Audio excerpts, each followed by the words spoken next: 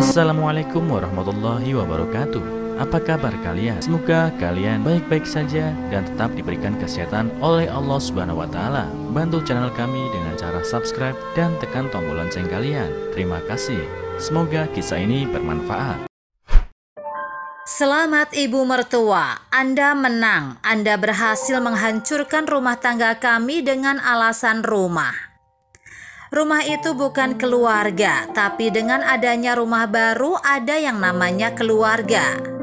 Cerita ini diadopsi berdasarkan sebuah kisah nyata, kisah real estate orang pertama. Saya Benny, usia 31 tahun dan telah menikah 3 tahun. Saya berasal dari desa. Setelah lulus 8 tahun lalu saya ke sebuah kota kecil. Namun di kota kecil ini sama sekali tidak dapat menemukan pekerjaan yang layak. Saya menyewa rumah tinggal, bekerja tidak tetap dan sepenuhnya mengikuti tes penempatan kerja di institusi pemerintah.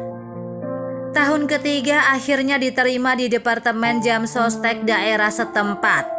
Di bawah perkenalan rekan sekantor, saya berkenalan dengan Ratna. Dia adalah seorang perawat di sebuah rumah sakit. Dia cantik, keluarganya juga lumayan baik secara ekonomi. Kedua orang tua Ratna adalah pegawai negeri.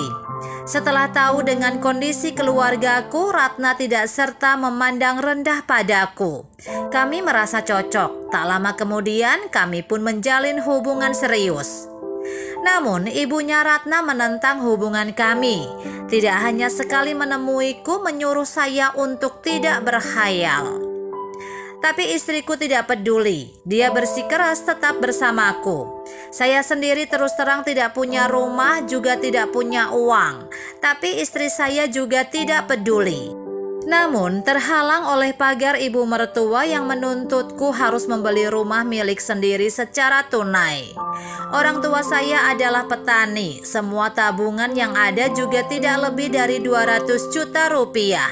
Sementara harga rumah di kota kabupaten 6 juta per meter persegi, belum termasuk dekorasi dan furniture. Saya berusaha mencari pinjaman di mana-mana, tapi hanya berhasil mendapatkan pinjaman 60 juta. Istri saya sendiri punya simpanan sekitar 40 juta dari hasil kerjanya selama beberapa tahun. Kalau dikalkulasi juga ada sekitar 300 juta. Tapi ini adalah hal yang tidak mungkin. Uang segitu masih jauh dari cukup, belum lagi biaya pengeluaran lainnya. Ratna berusaha membicarakan hal itu dengan ibunya, tapi dia juga hanya bisa menggerutu dan menangis. Hingga akhirnya ibu mertua bersedia kompromi. Beli secara angsur, tapi rumah itu harus atas nama Ratna istriku. Saya tidak punya pendapat, tapi orang tua saya tidak setuju. Mereka merasa besannya sengaja mempersulit. Mereka juga bilang pernikahan ini seharusnya tidak terjadi. Hari-harimu selanjutnya nanti akan menderita. Tapi sikap saya sangat tegas, apalagi istri saya sendiri yang juga mengeluarkan uang untuk biaya dekorasi dan perabotan. Akhirnya orang tua saya setuju. Setelah berselisih pendapat mengenai hal itu, aku dan Ratna akhirnya menikah. 1 tahun setelah menikah, kami dikaruniai seorang anak. Ibu mertua kemudian tinggal bersama kami, merawat istriku. Entah mengapa, segala apapun yang saya lakukan selalu tidak bisa memuaskan ibu mertua, hanya bisa pasrah dan bersabar. Bayi kami sekarang berusia 2 tahun. Ingin sekali saya meminta tolong ibuku untuk menjaga cucunya. Sebagai nenek, dia tidak pernah sekalipun menginap barang 1 malam di rumahku selama 2 tahun. Begitu ibuku datang menjenguk cucunya, ibu mertuaku langsung memandangnya dengan sinis. Dan ibuku sadar dengan posisiku. Dia tidak ingin menimbulkan masalah buat saya. Akhirnya dia hanya meletakkan barang bawaannya lalu pulang. Beberapa waktu lalu saat makan malam saya memberanikan diri berkata pada ibu mertua, "Ibu, sejak Andika lahir sampai sekarang selalu diurus sama ibu. Kupikir ibu pasti capek. Gimana kalau aku minta ibu kesini ikut bantu merawat Andika selama beberapa hari dan ibu bisa istirahat dulu?"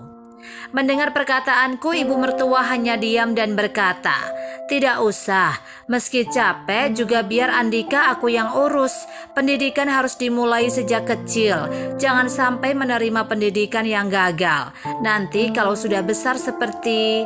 Istriku mencoba menarik ibunya, mencegahnya berkata lebih lanjut, dan ibu mertuaku pun diam tidak mengatakan apa-apa lagi. Aku pun emosi mendengar sindirannya. Jelas-jelas ibu mertua juga sekaligus menyindir ibuku. Aku pun meninggalkan suara dan berkata, "Saya memang tidak berguna, tapi itu bukan kesalahan ibuku. Anda makilah saya, tak perlu bicara yang tidak-tidak tentang ibuku." Ibu mertua langsung menyahutku dengan suara lantang. "Kenapa memangnya? Mendidik anak yang tidak berguna saja banyak alasan. Bukankah maksudmu memang menginginkan saya pergi agar orang tuamu bisa berkuasa di sini?" Dengar baik-baik ya, jangan harap. Ini rumah milik kami. Anak Anda seharusnya ikut nama marga kami. Istriku Ratna berusaha menarik ibunya, tapi ibu mertuaku tidak peduli, terus saja ngomong. Istri saya bagaimana cara menariknya? Dia mengabaikan apapun, terus berlanjut. "Anda adalah menantu yang tinggal di rumah mertua. Apa kamu tidak menyadarinya?"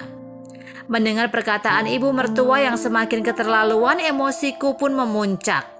Aku berdiri dan berteriak, "Selama ini saya selalu mengalah. Sejak awal Anda sudah menghina keluarga kami. Saya tahu rumah ini atas nama Ratna, tapi kami yang membayar 230 juta rupiah untuk uang mukanya. Begitu juga angsuran, kami yang mencicilnya selama ini. Kenapa Anda bilang saya tinggal di rumah mertua? Anda yang meminta angsuran rumah itu atas nama Ratna anakmu, dan kami sudah mengalah. Tapi tak disangka Anda semakin tak tahu diri, tidak menganggapku sama sekali, dan menyepelekan orang tuaku. Aku sudah muak dengan sikapmu." Kemudian tanpa peduli dengan bujukan Ratna istriku, aku pun dengan tegas meninggalkan tempat yang dinamakan keluarga ini.